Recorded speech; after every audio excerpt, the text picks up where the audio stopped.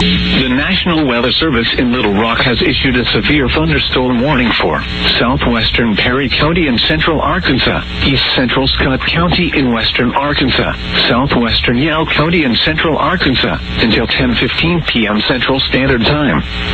At 9:24 p.m. Central Standard Time, a severe thunderstorm was located near Gravely, or 17 miles east of Waldron, moving east at 40 miles per hour.